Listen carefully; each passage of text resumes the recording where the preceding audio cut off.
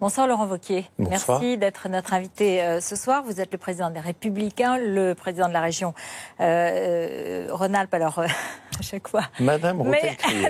Non. C'est évidemment Auvergne-Rhône-Alpes. À chaque fois, je vous fais la remarque. Brice Hortefeux, qui est un de vos proches et qui est d'Auvergne, le sait très bien. C'est la première fois que vous réagissez depuis la rentrée agitée du président et du gouvernement. Ce matin, Gérard Collomb, chez Jean-Jacques Bourdin, a dit « J'étais dans le temps professeur de grec. Et en grec, il y a un mot qui s'appelle hubris, c'est la malédiction des dieux.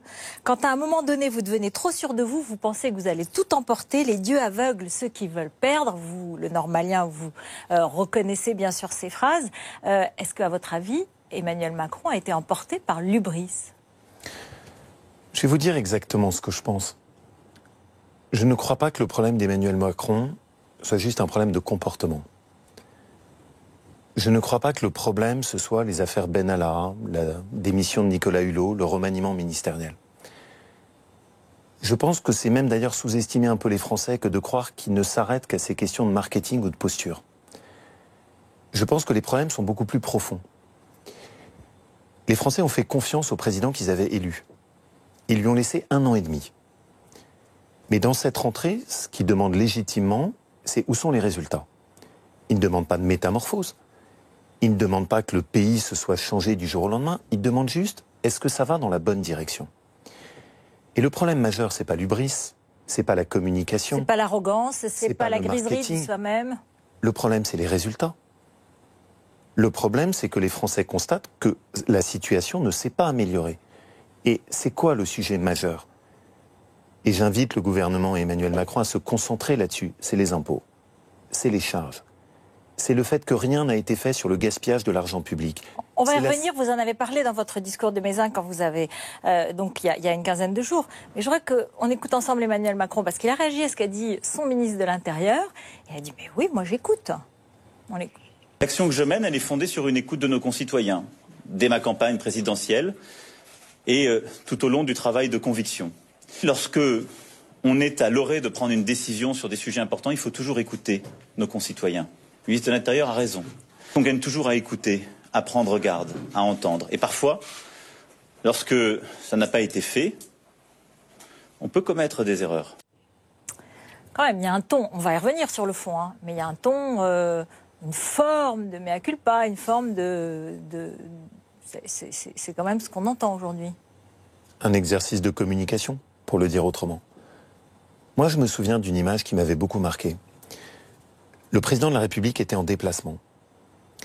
Et un groupe de retraités, pas vindicatifs, était venu le voir en lui disant « Mais vous vous rendez pas compte, pour nous, c'est devenu très difficile. L'augmentation de la CSG. » Et il avait balayé ça d'un revers de main en leur faisant un cours de macroéconomie. Où est l'écoute? Vous n'y croyez pas, donc? Pas de retour, il n'y a pas d'humilité, il n'y a pas d'écoute. Pour vous, c'est pas vrai?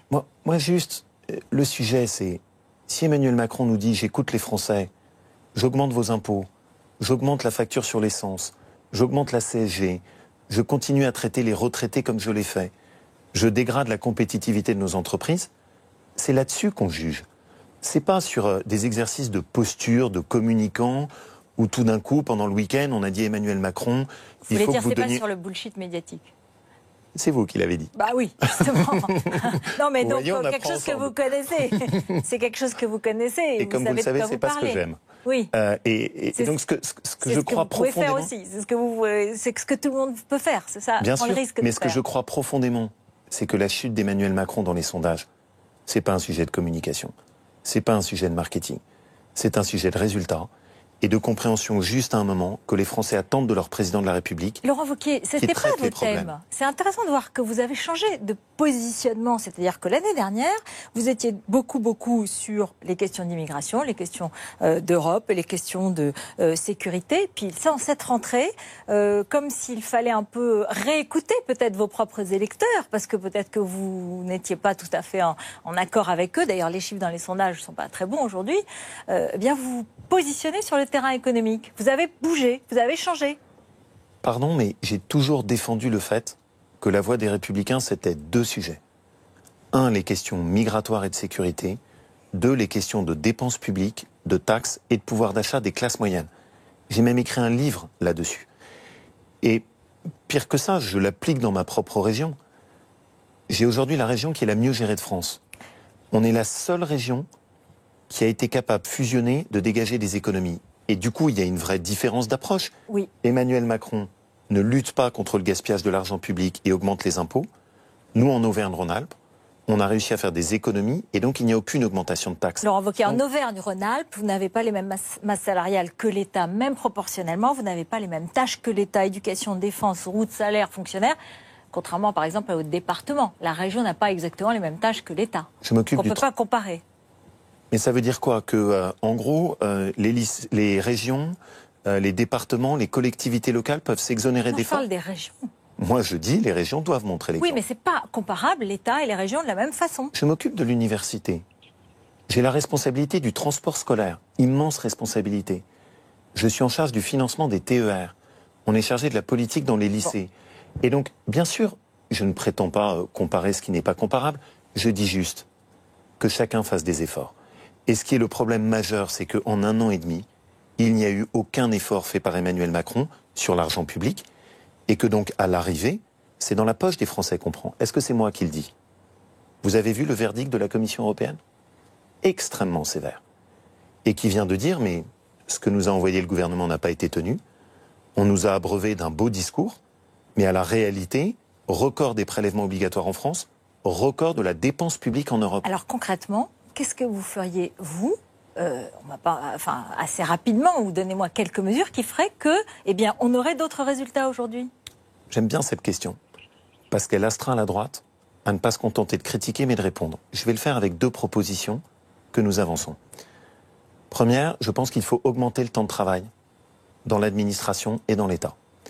Je propose qu'on passe tout le monde à 39 heures, que la moitié du gain soit affectée en revalorisation salariale et la moitié du gain en baisse de la dépense publique.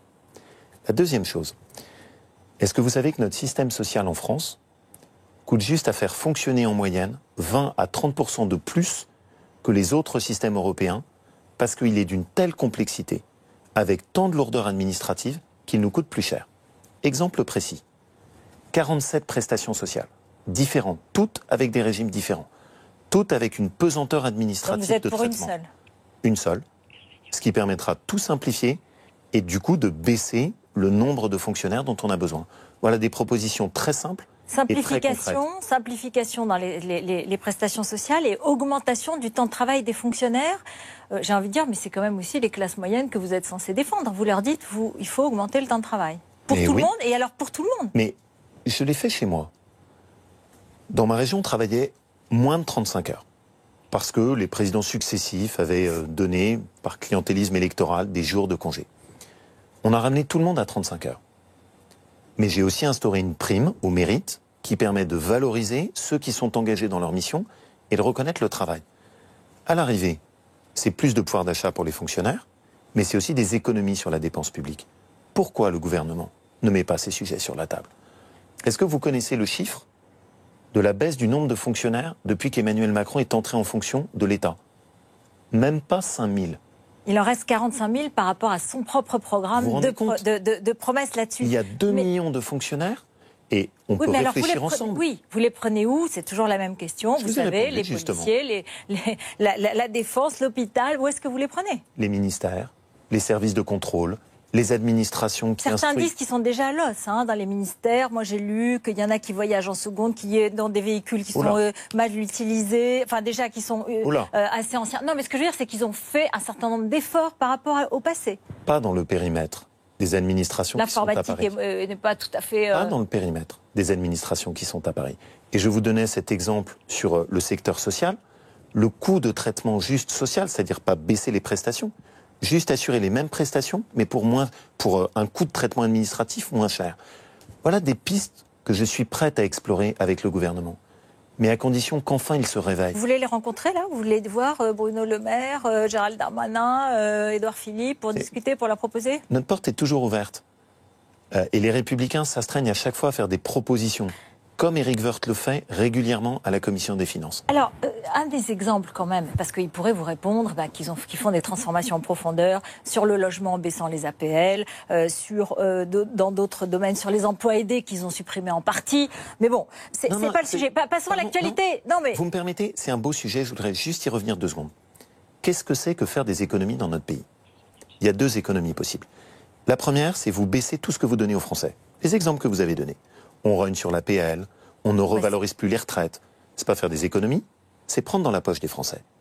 Moi, les économies que je demande, c'est sur la masse administrative. C'est sur le fonctionnement de l'État. C'est faire en sorte qu'on puisse rendre les mêmes services, mais en étant plus efficace. Alors, le prélèvement à la source. Le vrai sujet. Le prélèvement à la source, historiquement, la droite l'a toujours voulu. Ça a commencé par Valéry Giscard d'Estaing, Jacques Chirac, Dominique de Villepin. Thierry Breton, ministre de l'économie, avait dit à l'époque qu'il n'y a plus qu'à appuyer sur le bouton, tout est prêt. Et Nicolas Sarkozy l'avait arrêté en 2009. Mais cette réforme, qu'on soit pour ou qu'on soit contre, elle a à la clé aussi des suppressions d'emplois dans l'administration pour ce prélèvement justement. Donc d'une certaine façon, c'est une mesure d'économie aussi, peut-être, des dépenses de l'État. Et qui va collecter à la place de l'État ? Sur qui allez-vous vous décharger de ce travail ? Vous voulez la baisse des dépenses publiques, oui ou non ? Est-ce que je peux vous poser cette question ? Qui va faire ce travail à la place ? Les entreprises. C'est-à-dire qu'on va demander en France à des PME de moins de 50 salariés de faire le travail à la place de Bercy ? Si vous me posez la question en me demandant est-ce que c'est ça les économies que vous soutenez, je vous réponds très clairement non. Oui, mais alors en fait, à chaque fois qu'il y en a, pas du tout. Quand ça bouge, vous dites que c'est pas ça, et quand ça bouge pas, c'est immobile. Hein. Je peux vous répondre ? On a fait une proposition sur laquelle on a travaillé, qui consiste à mettre en place un système de mensualisation avec un décalage de même pas 2 mois sur le paiement des impôts et qui serait intégralement géré par l'administration fiscale. Ça permet de faire exactement les mêmes économies sur les fonctionnaires dont on a besoin, sauf qu'au lieu de se décharger sur les entreprises, l'État assume sa responsabilité. Cette proposition a été formalisée par Christian Jacob et Éric Woerth. Ça fait 1 an qu'on la pousse. Et on a eu une fin de non-recevoir. Qu'est-ce qui s'est passé à votre avis ? Comment vous interprétez ce qui s'est passé cette semaine ? D'abord, je trouve que le comportement du président de la République a été extrêmement inquiétant. Il ne peut pas tout d'un coup rentrer, agiter tous les doutes, et puis ensuite, 3 jours après, expliquer que circuler, il n'y a rien à voir, on maintient le système. Donc la page n'est pas tournée pour vous, il restera des séquelles de cette séquence de rentrée ? Je pense qu'ils commettent une profonde erreur, et qu'ils auraient dû écouter les entrepreneurs de notre pays, qui leur disaient, on n'est pas contre la mensualisation, on n'est pas contre le prélèvement à la source, juste, c'est pas aux entreprises de le faire. Et je crains que les récentes déclarations, on sent qu'il y a un peu de la panique, c'est-à-dire on multiplie les déclarations en disant on va demander aux URSSAF de faire une partie du travail, ou on augmente le crédit qui est donné soi-disant aux familles en début d'année. Ce qu'on sent, c'est qu'il y a juste une panique parce que le système n'est pas prêt. Enfin, Gérald Darmanin, tout à l'heure, chez Olivier Truchot, a dit il y aura quelques bugs, mais je vous assure qu'il n'y en aura pas et que tout fonctionnera. Vous avez entendu la phrase ? Oui. Non, mais... Il y aura des bugs, mais je vous assure qu'il n'y en aura pas. Allez, on l'écoute. Non, on l'écoute. Il y en aura quelques... Il se peut qu'il y ait en janvier, en février, mais j'allais dire tout au long de l'année, quelques petits bugs individuels. C'est déjà le cas sur l'impôt d'aujourd'hui, l'impôt à la papa, l'impôt à l'ancienne. Et donc, en janvier prochain, je prends le pari avec vous que non seulement il n'y aura pas de bugs d'ampleur, mais qu'en plus, devant le professionnalisme des agents des finances publiques, et parce que nous préparons bien la réforme, il y aura de moins en moins de ces petites erreurs. Cette année encore, on a encore en moyenne remboursé 1 200 € à ceux qui ont réclamé. Ce sera beaucoup moins avec l'impôt à la source parce que ce sera plus simple. Tout petit bug, mais pas de bug d'ampleur. Par contre, l'impôt à la papa, ce sera fini. Vous, je ne sais pas, mais moi, ça ne me rassure pas.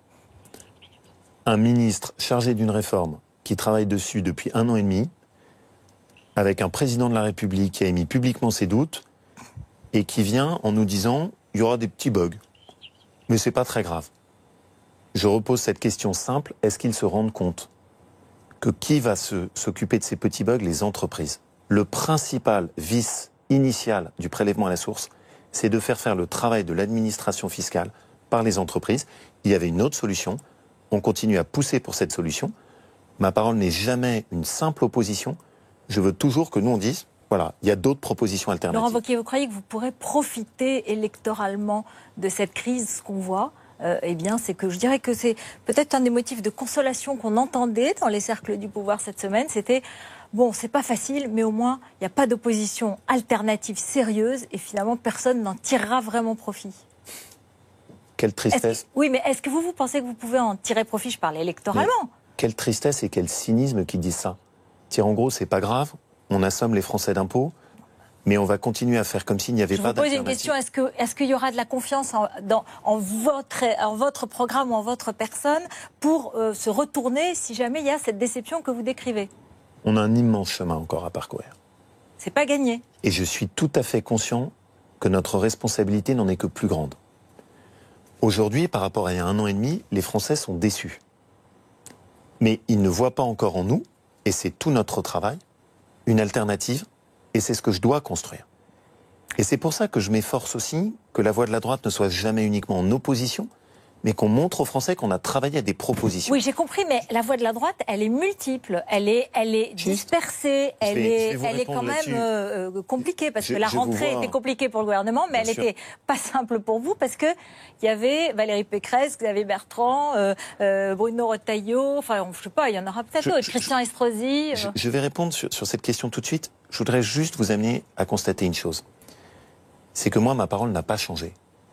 Vous m'avez invité plusieurs fois sur votre plateau, y compris quand Emmanuel Macron était au sommet des sondages. Et j'ai toujours mis en garde contre les illusions du macronisme. Je n'ai pas, contrairement à d'autres, un discours qui a varié en fonction des vagues des sondages. J'essaye d'avoir une colonne vertébrale et une constance dans ce qu'est la voie de la droite.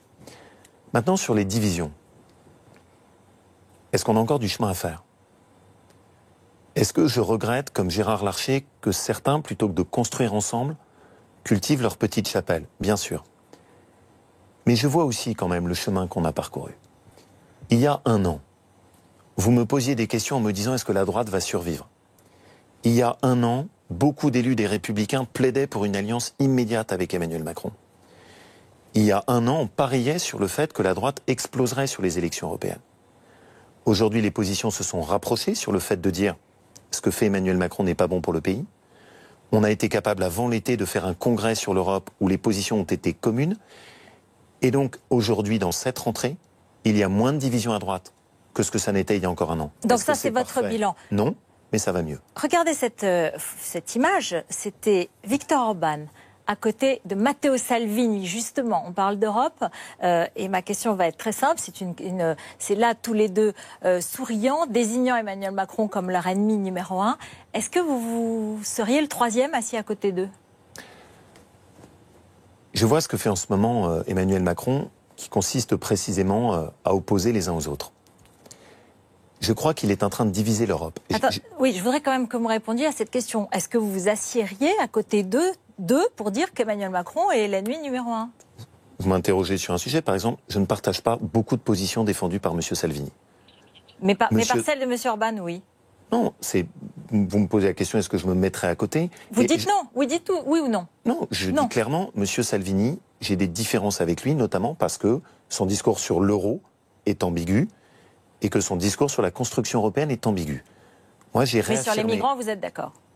Sur les migrants, le fait de dire qu'on ne peut pas continuer à accueillir autant de migrants et qu'on a dépassé nos capacités d'intégration, c'est le discours d'Angela Merkel, c'est le discours de Lars Rasmussen au Danemark, c'est le discours de Viktor Orban, c'est le discours d'une immense majorité de dirigeants européens. Et aujourd'hui, celui qui est isolé sur cette question, c'est Emmanuel Macron. Si vous m'interrogez sur les européennes, oui, il y a un point sur lequel je suis d'accord, avec au fond ce qu'a cherché à poser Emmanuel Macron. Au moment des européennes, les Français seront amenés à trancher cette question de quelle est notre vision européenne de la politique migratoire. Celle du président de la République, il l'a rappelé souvent, c'est une Europe qui continue à accueillir des migrants, dans lequel le seul sujet... Lui, il dit nationalisme contre progressisme. Vous vous dites quoi? Pro-migrants et anti-migrants? Moi, je dis que le sujet des européennes, ce sera ceux qui veulent une Europe qui protège ses frontières, contre la vision d'Emmanuel Macron qui consiste à dire on répartit toujours plus de migrants en Europe. Cette question-là sera importante. C'est ce que disent Salvini et Orban, hein? Non? Oui, mais il y a des sujets sur lesquels, en revanche, je vous l'ai dit, il y a des différences profondes. Je voudrais, si vous me le permettez, élever un peu le débat. Qu'est-ce qui m'inquiète aujourd'hui? C'est qu'au fond, l'attitude, et notamment celle de notre président de la République, consiste à diviser l'Europe. Elle consiste à la fracturer. Elle consiste à opposer les uns aux autres. Je pense que c'est non seulement une erreur, mais c'est une faute historique. L'Europe est face à des défis immenses. On a au contraire besoin de personnalités qui rassemblent. qui mettent les différents gouvernements européens ensemble pour rebâtir. Vous m'interrogez de est-ce que je serai là? Moi, je parle aussi bien à Angela Merkel qu'à Viktor Orban. Et le souci qui est le mien, c'est d'unir l'Europe et pas de la diviser comme est en train de le faire le président de la République. Deux toutes petites questions très brèves, il nous reste 1 minute. Est-ce que Michel Barnier peut être votre tête de liste aux prochaines européennes, le commissaire européen, commissaire européen, oui ou non? Michel Barnier est aujourd'hui une des principales personnalités européennes. Et bien sûr que dans ceux qui peuvent défendre la voix des Républicains sur la scène européenne, et même plus porter un espoir pour l'Europe, il y a Michel Barnier. Je le connais bien. Vous n'étiez pas toujours d'accord, hein? Non. On a eu parfois des différences, et parfois des combats communs. Et je suis en contact très étroit avec Michel Barnier dans le travail qu'il fait en ce moment sur le Brexit, avec beaucoup de courage. Donc il pourrait l'être? Je vous l'ai toujours dit, pour moi le sujet, c'est pas la personnalité, c'est d'abord le programme. Ce que j'essaye de faire, c'est d'abord de fixer notre programme. J'ai veillé à ce qu'on sorte des postures, qu'on clarifie l'engagement des Républicains, ce qui doit permettre aussi à chaque figure politique de notre famille de se positionner. Et on choisira ensuite la personnalité pour porter le projet. Dernière question, vous l'avez deviné, vous avez envoyé des SMS aux lycéens de votre région, Auvergne-Rhône-Alpes, pour leur souhaiter une bonne rentrée. Et alors, il y en a qui ne sont pas du tout contents, qui considèrent qu'il y a eu un détournement illégal de données personnelles et que vous avez eu accès au portable des lycéens grâce au Pass Région et que la légalité de ces messages que vous avez adressés est en question. La Commission nationale informatique et liberté demande des clarifications. De quoi s'agit-il? Notre région est une de celles qui aide le plus les étudiants et les lycéens en France. Avec un dispositif, le Pass Région, qui permet de bénéficier, je vais vous répondre, de réduction, l'achat des livres scolaires et du matériel pour les apprentis. Au moment où les étudiants s'inscrivent, ils acceptent de recevoir des informations de la région et volontairement de leur part. Et donc votre message de bonne rentrée, c'est une information de la région. C'est pas un peu de politique et d'électoralisme. Vous vous rendez compte la polémique qu'on a sur ce sujet? Enfin, c'est la légalité des données personnelles. Vous savez que c'est un sujet très important. Bien sûr, c'est pour ça qu'on apportera toute la clarification à la CNIL et que je vous le dis, on a adressé un message à des étudiants qui avaient accepté de recevoir des informations de la région. Mais vous savez combien est-ce qu'il y a d'étudiants qui ont demandé à ne plus recevoir d'informations? 30. Sur 160 000 étudiants auxquels on a adressé un message de bonne rentrée. Et donc la polémique, c'est que je souhaite bonne rentrée aux lycéens. Honnêtement, je pense qu'il y a peut-être des sujets un peu plus sérieux. Vous avez porté plainte contre le quotidien? Et je vais même aller jusqu'au bout, Madame Routel-Krief. Je profite d'être sur votre plateau pour dire à tous les lycéens de ma région, surtout inscrivez-vous et profitez du Pass Région. Bon, n'en profitez pas trop. Ça donne beaucoup d'avantages. N'en profitez pas trop.